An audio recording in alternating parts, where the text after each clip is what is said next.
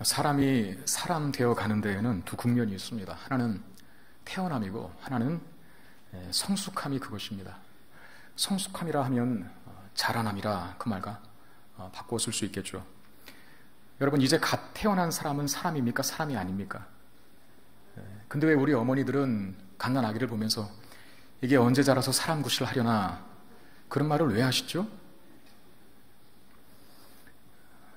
태어나도 사람이지만 성숙하고 자라나야 또 사람다운 사람으로 설 수 있기 때문에 그렇죠. 우리의 어린 자녀들은 완전히 다 자란 것이 아니기 때문에 여러 가지 한계가 있고 또 제약이 있습니다. 넘어지고 다치고 또 무지하여서 위험한 것을 손에 대기도 합니다. 제가 어렸을 적에 그렇게 그 선풍기 돌아가는데 정지 스위치를 누르면 바로 멈추는 것이 아니지 않습니까? 그 프로펠러가. 그럼 그거 손가락으로 한번 세워보고 있노라고. 그러다가 어머니께 아주 크게 혼나기도 했던 적이 있는데, 위험한 것에 대한 무지함 때문에 자기도 모르는 사이에 손을 대고 또 입에 넣어서는 안 될 것들을 입에 넣는 이런 행위를 하기도 하죠. 또 악한 자들의 유혹에 쉽게 넘어가기도 합니다. 왜 유괴범들이 생깁니까? 어린아이들의 무지함을 이용한 것이죠. 제가 초등학교 다닐 적에 소풍을 가거나 또 운동회 같은 큰 행사를 하면 항상 학교 주변에 장사하시는 분들이 모였습니다. 솜사탕 파시는 분들도 계시고 또 요즘엔 잘 안 보이는데 그 번데기 파시는 분들도 계셨습니다. 여러분, 번데기 드실 줄 아세요? 드셔보세요. 맛있습니다. 그리고 장난감, 우리가 정말 잘 보지 못했던 그런 장난감을 파는 그런 장사분들이 오셔서 자리를 잡으시는데 그 중에 좀 위험한 장사를 하시는 분도 계셔요. 뭐가 위험한 장사냐 하면 아이들을 놓고 도박을 하시는 것이죠. 어린아이들이 보기에 각종 진귀한 물건들을 진열해 놓은 그 좌판을 펼쳐놓고 손에 이 두 가닥의 고무줄을 쥐고 계십니다. 하나는 짧은 줄이고 하나는 긴 줄인데 긴 쪽을 뽑으면 그 물건의 하나를 이렇게 받게 되는 도박 비슷한 장사를 하시는 분들도 계셨습니다. 그리고 아이들을 유혹해서 막 시범적으로 한번 해보게 합니다. 그때는 돼요. 꼭 긴 거를 뽑거든요. 그래서 잘했다 하면서 그 좌판에 진열된 진귀한 이 상품들 중에 하나를 딱 손에 집어줍니다. 그러면서 물어봐요. 너 돈 냈니? 안 냈는데요. 가져와. 다시 한번 해봐. 돈 내고 해봐. 그러니까 돈 내고 합니다. 될까요? 안 될까요? 안 됩니다. 어린아이 생각에는 그런 것이죠. 야, 둘 중에 하나인데 확률이 50%인데 한 3번 하면 한 번은 되지 않겠어? 그러면서 도전하고 또 도전하는데 간혹 되는 경우도 있습니다. 어떤 경우냐면 별로 비싸지 않고 값없이 얻는 물건이 걸렸을 때는 됩니다. 근데 정말 비싸고 탐나는 물건들이 걸렸을 때에는 결코 긴 줄을 뽑아내지 못합니다. 왜? 주인이 속임수를 쓰고 있기 때문입니다. 그러니까 그 좌판 앞에서 여러분, 소풍 가는 날 또는 운동회 하는 날 얼마나 기쁘고 즐거운 날입니까? 김밥 먹는 날이고 사이다 마시는 날이고 삶은 계란 먹는 날인데 그 기쁘고 즐거운 날이 시작되기도 전에 어떤 아이들은 어머니께서 쥐어준 용돈을 그곳에 다 탕진해 버리는 거예요. 그리고 기쁘고 즐거운 날에 하루 종일 우울하게 보내는 그런 아이들이 많았었습니다. 여러분, 어린아이들은 자라야 하는 것이죠. 성숙한 인격을 가져야 합니다.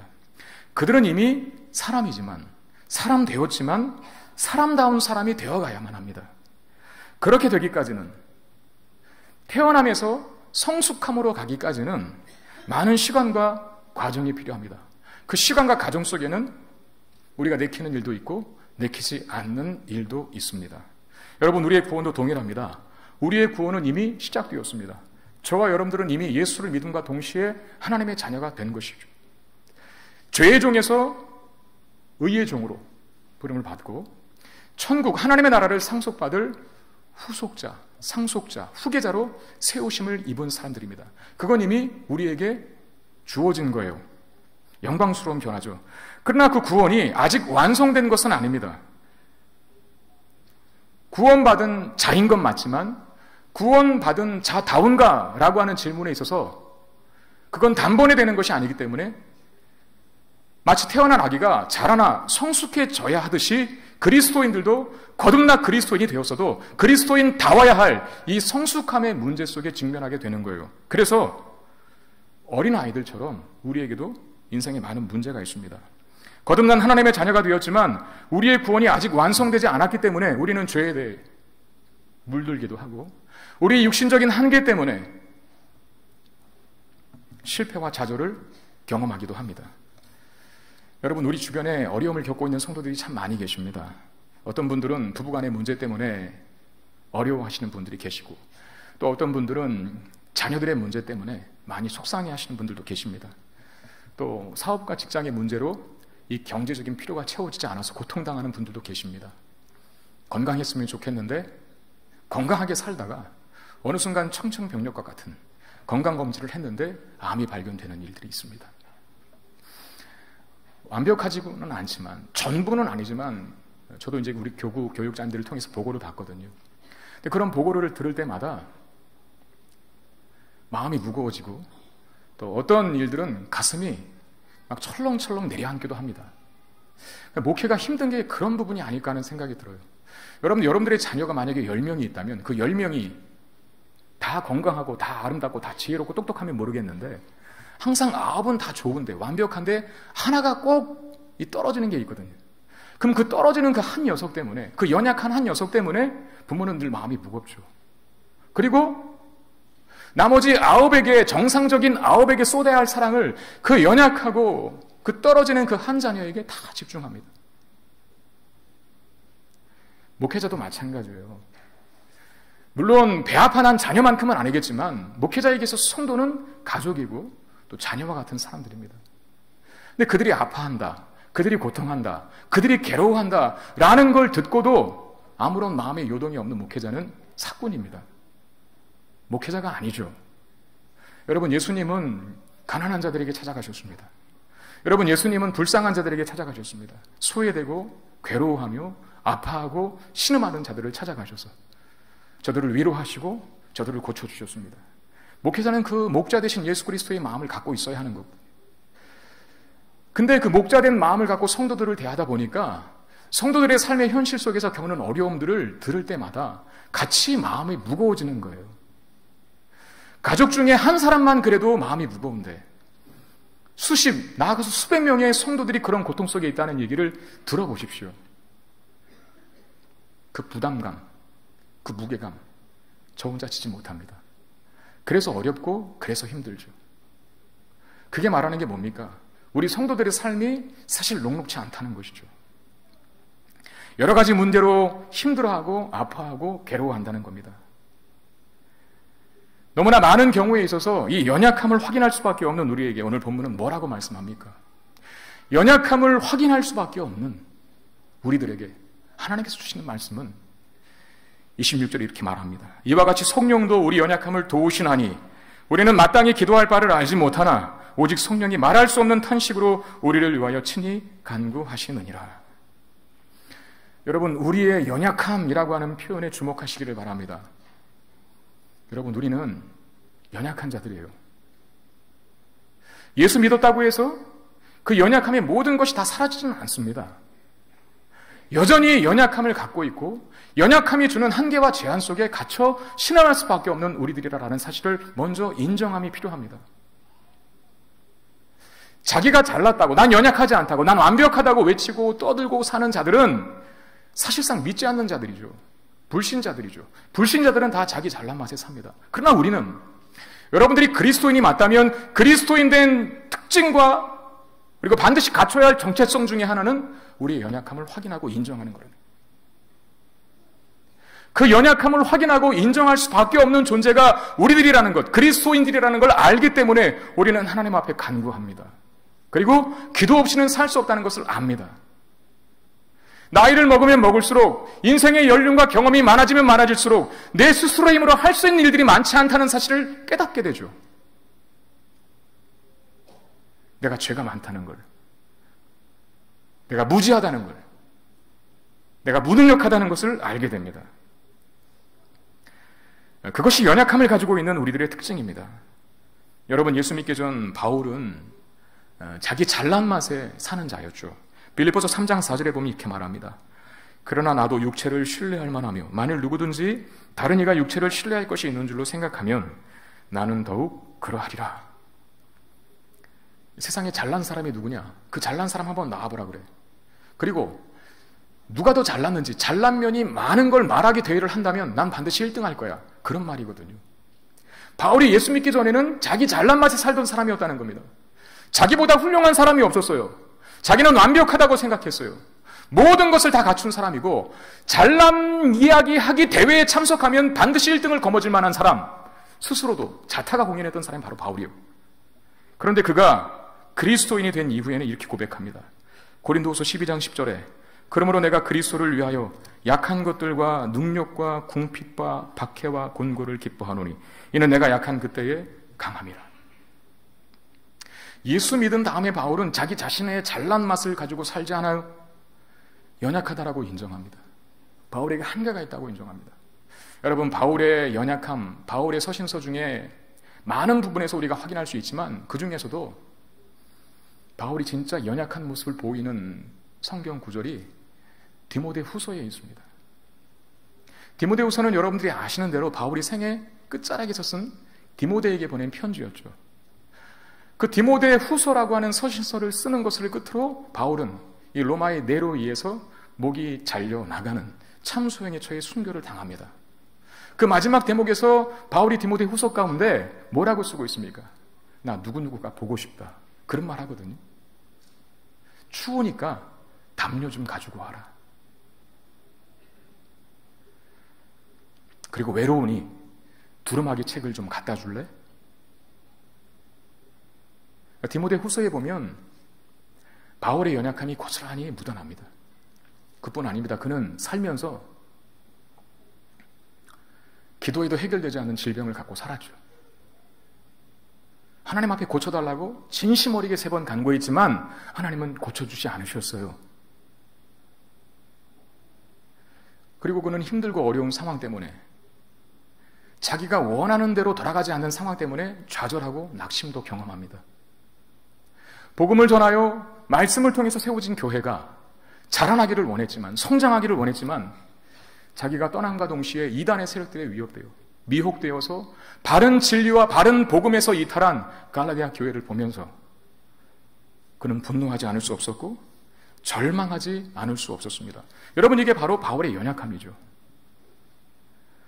바울의 모습이 사실 우리의 모습입니다. 우리도 연약함을 가지고 있는 존재들입니다. 그러므로 우리는 우리의 연약함을 이상한 것으로 여기지 말아야 합니다. 우리의 연약함은 지극히 정상적인 것이고 우리가 그리스도인 되었다는 아주 중요한 증거 중에 하나입니다.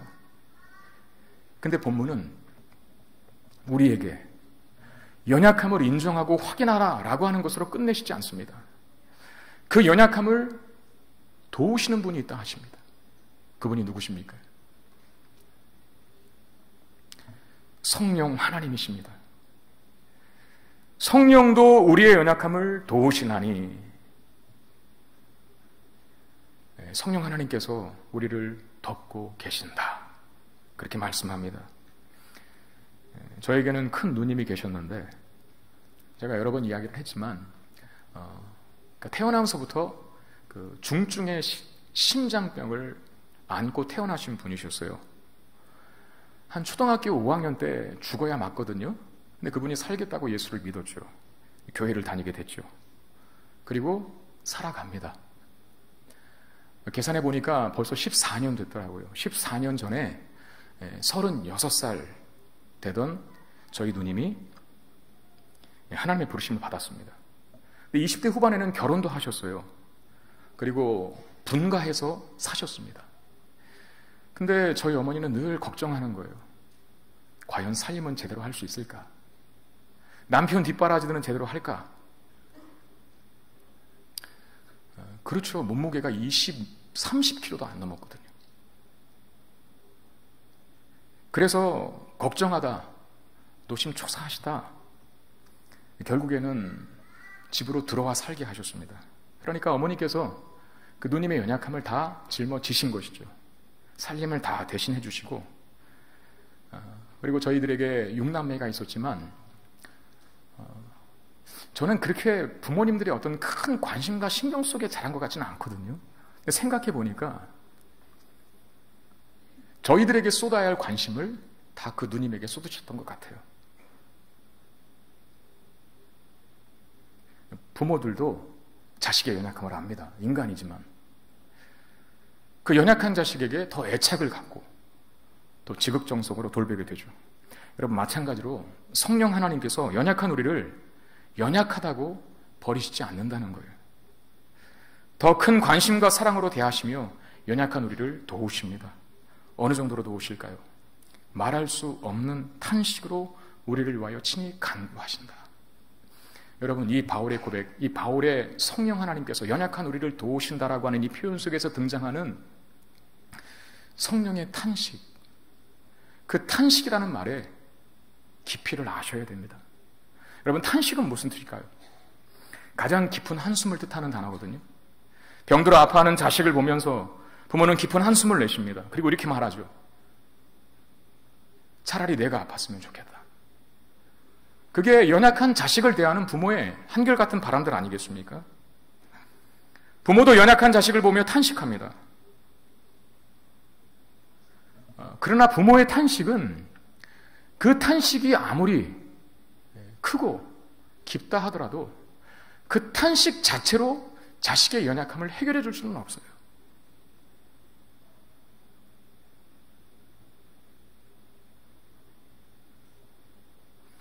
그래서 자기가 가진 그 무능력함 때문에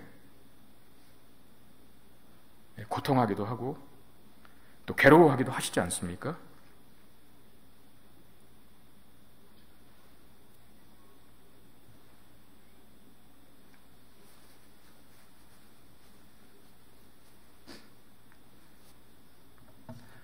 그러나 성령 하나님의 탄식은 다릅니다.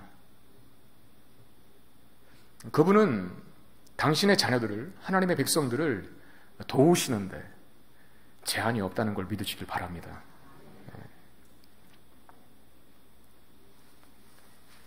우리의 연약함이 다 제거되고 가장 완벽한 모습으로 주 앞에 서게 할 날을 그 성령 하나님의 도우심 때문에, 간구의 도우심 때문에 우리들은 반드시 맞게 될 것입니다.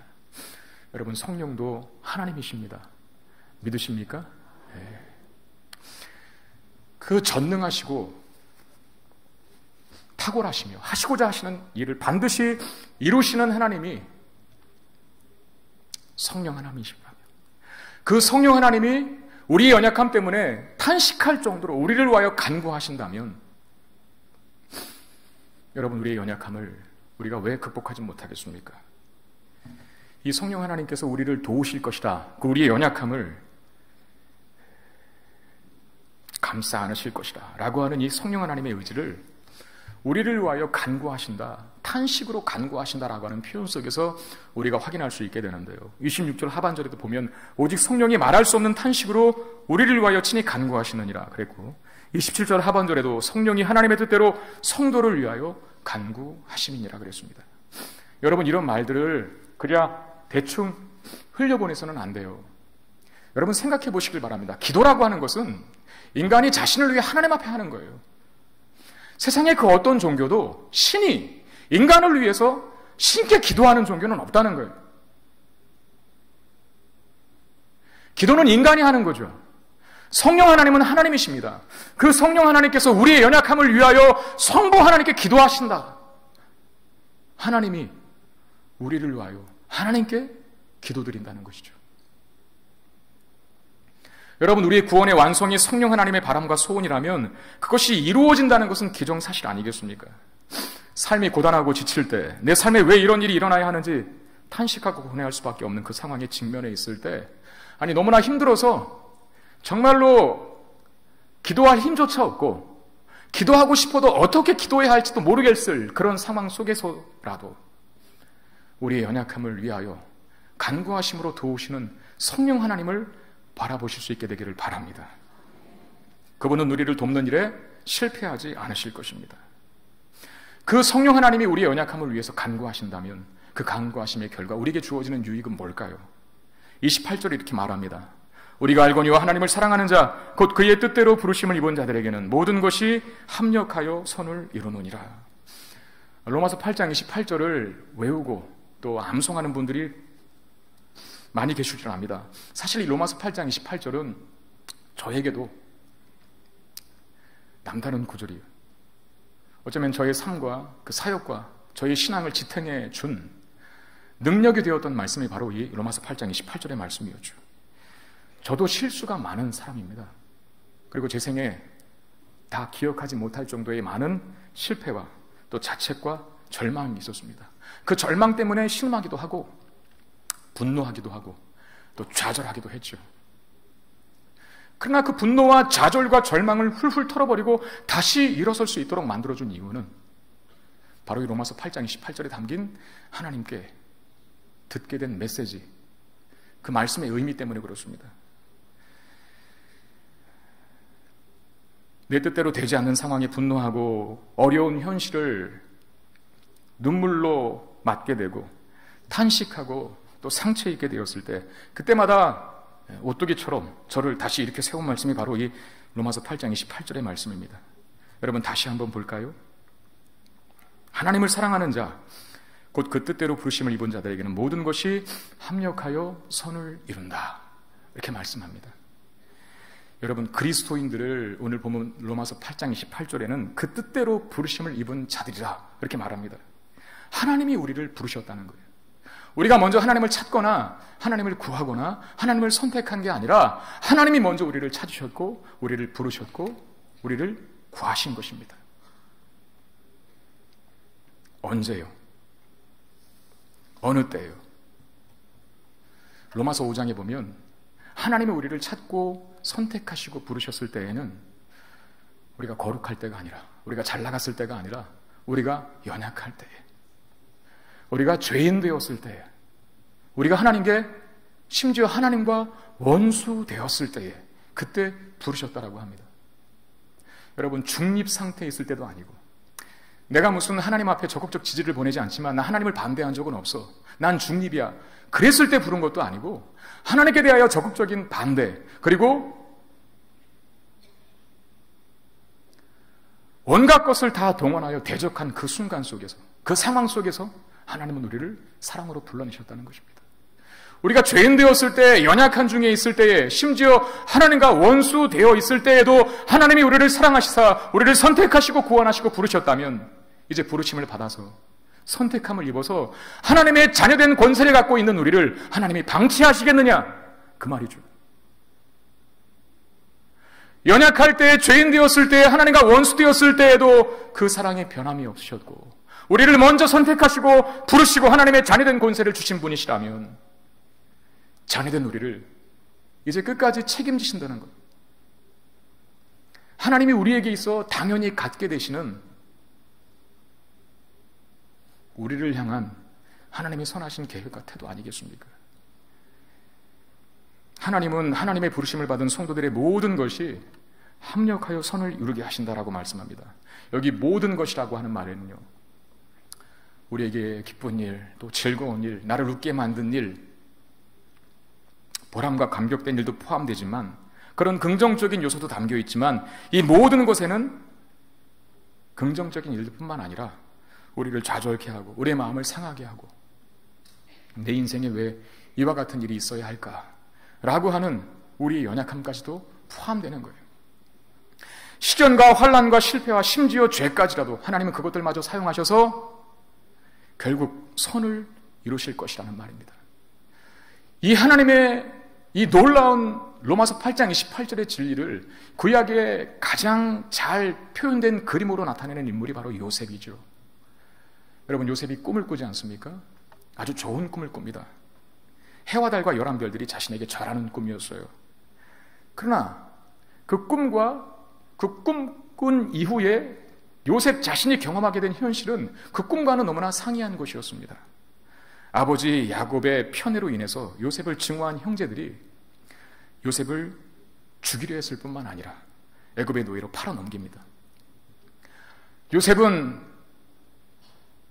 애굽의 시위대장이었던 보디발의 집에 노예로 팔려가죠.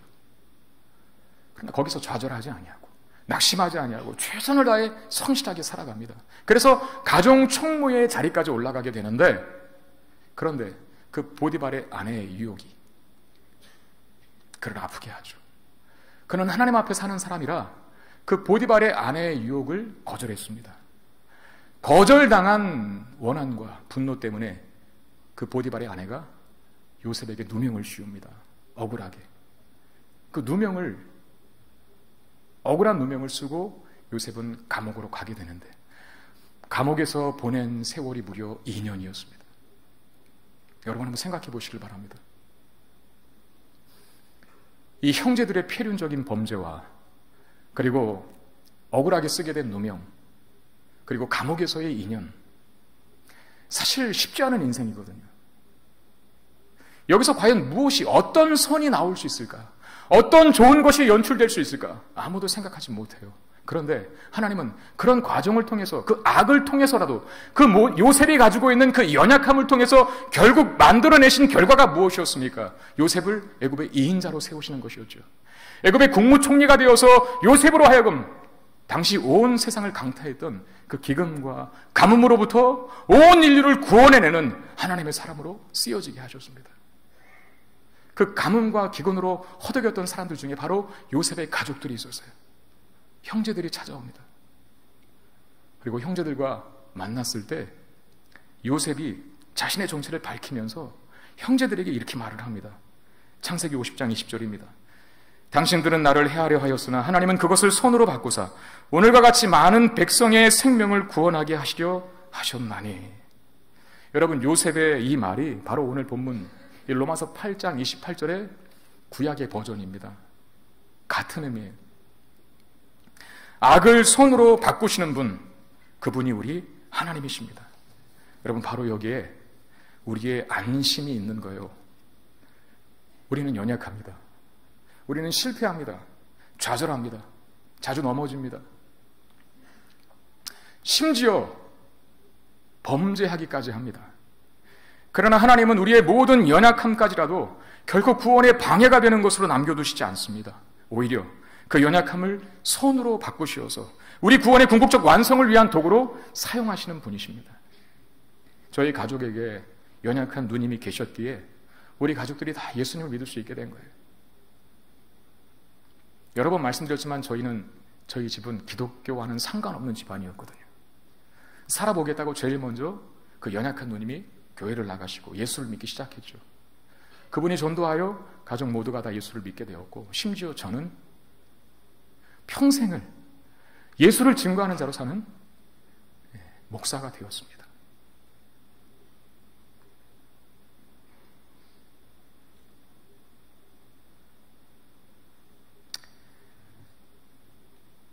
여러분, 우리 안에 연약해 보이는 일들이 얼마나 많이 일어납니까? 만일에 하나님께서 그 연약한 일들을 선으로 바꾸시지 않았다면 지금 여기에 숨 쉴 수 있는 사람은 아무도 없죠. 이 자리에 있을 수 있는 사람은 아무도 없습니다. 아마 우리가 져야 할 그 인생의 짐과 무게를 감당하지 못하여서 스스로 목숨을 끊었던가, 아니면 그냥 이 속세를 떠나서 아무도 없는 산중에 홀로 처박혀서 그렇게 살아갔을 사람들이 되었을 겁니다. 그 어마어마한 인생의 짐을, 그 연약함의 무게를 우리가 어떻게 다 감당할 수 있겠습니까?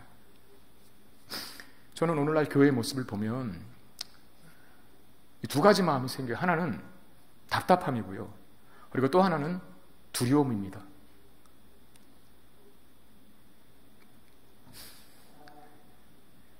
지금 우리는 어느 때보다도 이 교회의 명예가 굉장히 추락된 시대를 살고 있습니다. 교회의 머리 대신 예수 그리스도가 자랑스러운 게 아니라 교회의 머리가 되신 예수 그리스도가 너무나도 연약하디 연약한, 그리고 잘못하고 있는 이 시대의 교회 때문에 예수 그리스도의 명예가 추락하고 하나님의 영광이 가려워지는 것에 대한 끊임없는 죄책감 속에서 고통하고 있습니다. 교회 안에는 이런저런 세상에서도 잘 안 일어나는 그런 재정적인 비리들이 일어나고, 또 목회자와 성도들의 도덕적 탈선이 끊이지 않고 일어납니다. 세상과 똑같은, 아니 그보다 더 심할 수 있는 죄악들이 난무하는 교회를 보면서 왜 이렇게 교회는 안 변할까?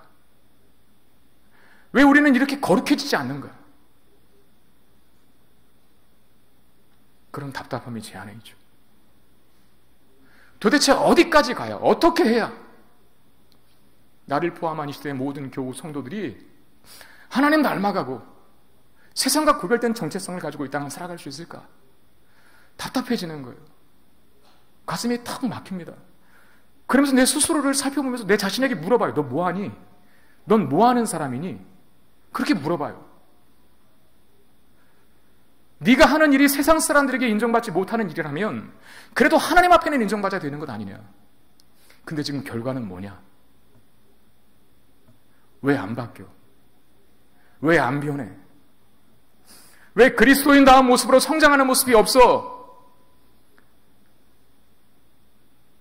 그렇게 내 자신에게 독백하게 돼요. 그럼 마음이 답답해집니다. 무거워집니다. 그리고 한 가지 더 생각을 하죠. 과연 이러다가 교회가 다음 세대로 이어질 수 있을까? 그런 두려움이 엄습합니다. 이렇게 가다가는 당장 우리 자식들에게 있어서 우리 자식들이 살아가는 세대 속에서 지금처럼 많은 교회들의 모습을 볼 수 있을까? 그런 두려움이 제 마음에 찾아들기 시작합니다. 그야말로 세상 앞에 그리스도인 된 우리의 정체성을 떳떳하고 당당하게 드러내기가 부끄러울 정도입니다. 그러면 우리는 어떻게 해야 할까요? 다 자멸해야 할까요? 해산해야 할까요? 십자가 내리고 세상 사람들이 좋아하는 공간으로 이 예배당을 바꿔야 할까요? 여러분, 이 시간에 예배드리는 일은 쓸모없는 짓입니다. 아무 효율적인 가치가 없습니다. 그러니 여러분들에게 유익이 되는 시간으로 사용하십시오. 운동을 하시거나 등산을 가시거나 뭔가를 배우는 일에 이 시간을 사용하십시오. 우리 그렇게 가야 합니까?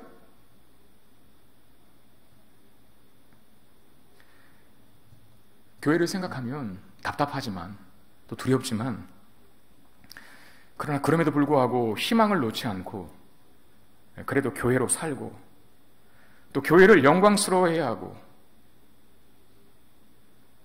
교회를 소중히 대해야 하는 것은 우리에게 모든 것을 합력하여 선을 이루시는 그 하나님이 계시기 때문입니다. 어떻게 그 일을 이루시는지는 저도 모르겠어요. 어떻게 악을 결국은 선으로 바꾸시고 이렇게 연약하디 연약한 우리의 구원을 완성해 가시는지는 저도 몰라요. 그 과정은 베일에 쌓여 있습니다. 어쩌면 그것은 인간이 가지고 있는 지각과 이해의 범위를 넘어선 것입니다. 그래서 모릅니다. 그러나 한 가지는 분명히 압니다. 하나님이 그 일을 하실 것이라는 거예요. 악을 선으로 바꾸시는 일, 모든 것을 합력하여 결국 당신의 나라를 세우시는 일, 우리 각자를 구원의 완성의 자리로 이르게 하실 것이라고 하는 그 진리는 제가 압니다. 그래서 답답하고 두렵지만 다시 목사로 사는 겁니다.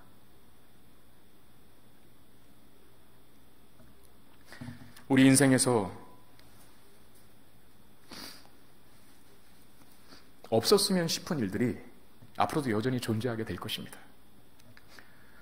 우리의 연약함의 한계는 이 땅에서 우리가 육신의 옷을 입고 사는 한 끝나지 않기 때문에 그래요. 우리가 완전히 성숙한다, 완전하게 자라난다라고 하는 것은 이 땅에서는 결코 이루어질 수 없는 일이거든요. 하나님 나라에서 주님께서 재림하시는 그날을 통해서만 완전한 성숙과 완전한 자라남의 열매를 우리가 먹을 수 있는 것이죠. 그건 반대로 생각하면 우리가 육신의 옷을 입고 이 땅에 있는 동안은 우리의 연약함에서부터, 우리의 연약함으로부터 우리는 결코 완벽하게 자유로울 수 없다는 거예요. 그러나 그럼에도 안심할 수 있는 이유는 뭡니까? 그 연약함을 통해서 선을 이루시는 하나님이 우리 하나님이시기 때문에 그렇습니다. 마지막으로 본문은 우리의 연약함에도 불구하고 우리의 구원의 완성이 보장되었다라고 하는 사실을 이렇게 선언하고 있습니다. 자, 29절 30절 말씀을 자막을 좀 빨리빨리 넘겨주세요. 한번 같이 읽어보도록 하겠습니다. 시작. 하나님이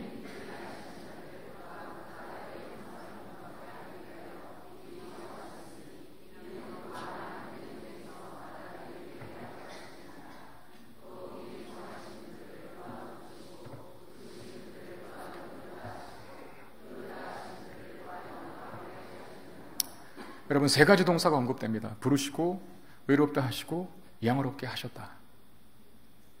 근데 이 세 가지 동사의 시제가 다 과거형입니다.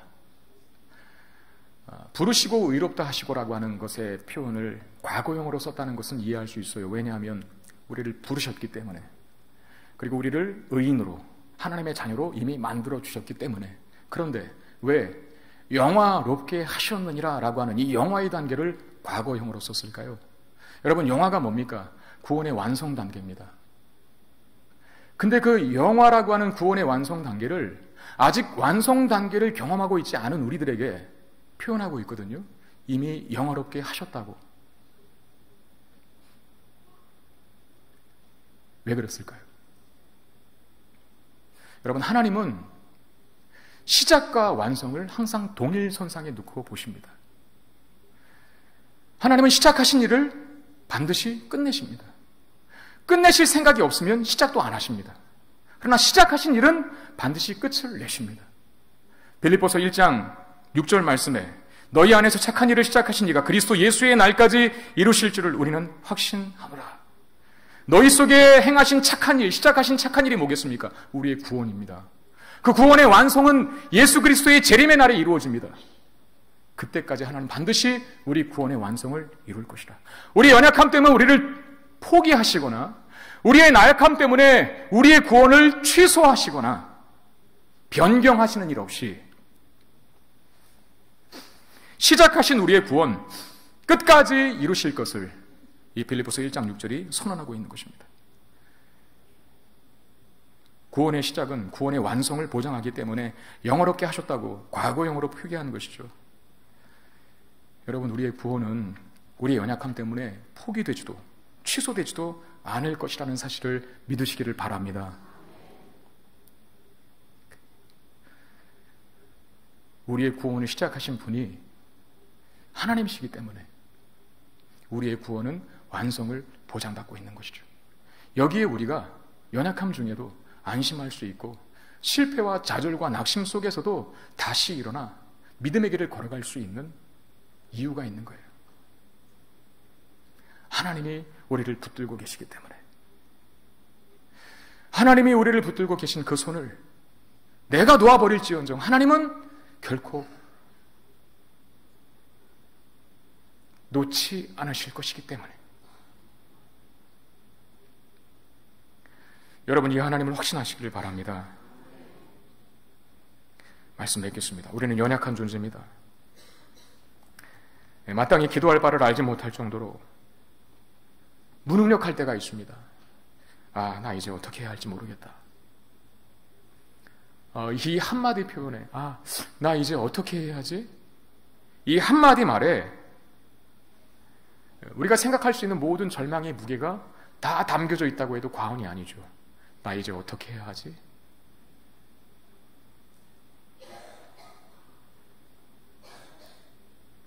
나 이제 어떻게 해야 하지? 그 탄식 속에는 기도할 힘도 없고, 그리고 무엇을 위해서 어떻게 기도해야 할지조차도 알지 못하는 우리의 연약함이 다 들어가 있는 것이죠. 그러나 오늘 본문은 우리에게 말씀해 줍니다. 성령께서 우리를 위하여 탄식하며 기도하고 계시다고 말입니다.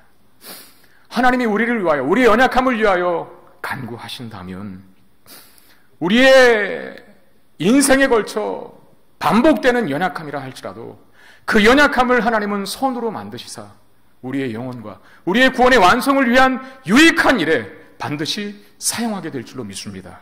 우리 연약함 때문에 우리가 망하지 않고 교회가 망하지 않습니다.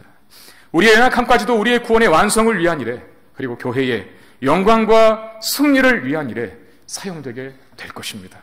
이 사실을 기억하여 연약함 중에도 포기하지 말고 소망을 잃지 않고 다시 그 소망 붙들고 일어서 믿음의 길을 정진하는 저와 여러분들 되시기를 주의 이름으로 축원드립니다. 기도하겠습니다. 하나님 은혜와 사랑을 감사드립니다. 연약한 죄인인 것을 고백합니다. 실패도 많고 또 실수도 많고 되돌릴 수만 있다면 되돌리고 싶은 그런 상황과 형편과 처지에 놓일 때가 한두 번이 아님을 고백합니다. 그러나 우리가 안심할 수 있는 이유, 하나님께서 우리를 위하여, 우리의 연약함을 위하여 탄식하며 간구하시는 성령님의 기도의 결과 모든 것을 합력하여 선을 이루시는 하나님의 역사가 있다는 것을 믿기 때문에 하나님, 우리 다시 일어서겠습니다. 최선을 다하여 그리스도인다운 삶을 살아갈 수 있도록 인도하시고 하나님 붙든 오른손 놓지 말게 해 주시옵소서. 그리고 때로 우리가 힘이 없어 연약하여 그리고 무지하여 우리가 붙잡은 하나님의 손을 놓아버릴 때도 하나님은 우리를 붙잡은 손 놓지 말아 주시고 우리를 인도하시되 끝까지 인도하시고 우리에게 시작하신 구원 완성의 단계에 이를 때까지 우리를 지켜 보호해 주시옵소서. 우리 주 예수 그리스도의 이름으로 간절히 기도드리옵나이다. 아멘.